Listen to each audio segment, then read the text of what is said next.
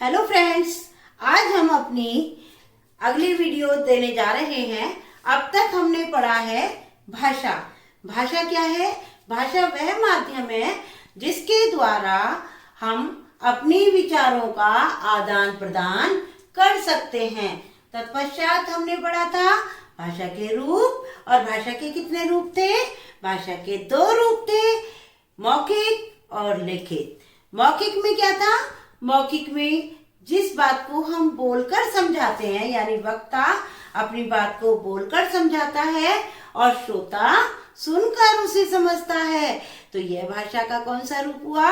मौखिक। दूसरा है लिखित। लिखित कौन सा होता है?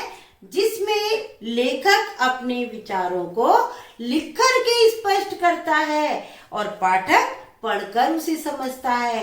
तो ये हमारे भाषा के 2 रूप हो गए, मौखिक और लिखित। उसके बाद हमने पढ़ी थी मातृभाषा। मातृभाषा क्या होती है? जो बालक अपनी माता से या परिवार से सीखता है वह कहलाती है मातृभाषा। भारत की मातृभाषा, हमारी मातृभाषा क्या है?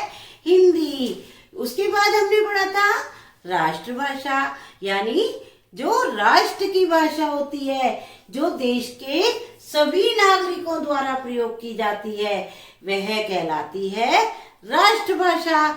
उसके बाद हमने पढ़ा था राजभाषा। राजभाषा क्या है? यानी राज प्लस भाषा। जो भाषा देश में कार्यालयों में कामकाज के लिए की जाती है वह कहलाती है राजभाषा। उसके बाद हमने पढ़ी थी संपर्क भाषा। संपर्क भाषा क्या है? संपर्क भाषा हमारी कहलाती है जिससे हम सभी निवासियों द्वारा संपर्क साधते हैं, संपर्क स्थापित करते हैं। तो अलग अलग, ये भी हमने पढ़ा था कि अलग अलग राष्ट्र की अलग अलग भाषा होती है। फिर हमने ये भी पढ़ा था हिंदी दिवस क्यों मनाते हैं और कब मनाते हैं। तो हिंदी दिवस हम मनाते हैं 14 सितंबर को। और क्यों मनाते हैं? क्योंकि 14 सितंबर 1949 को 343 संविधान में इसे राजभाषा का दर्जा प्राप्त हुआ था। तो इतना हम समझ चुके हैं। अब हम समझेंगे कि भारत की मान्यता प्राप्त भाषाएं। भारत की मान्यता प्राप्त भाषाएं कौन सी हैं? भारतीय संविधान में 22 भाषाओं को मान्यता प्राप्त हुई है, जिसमें है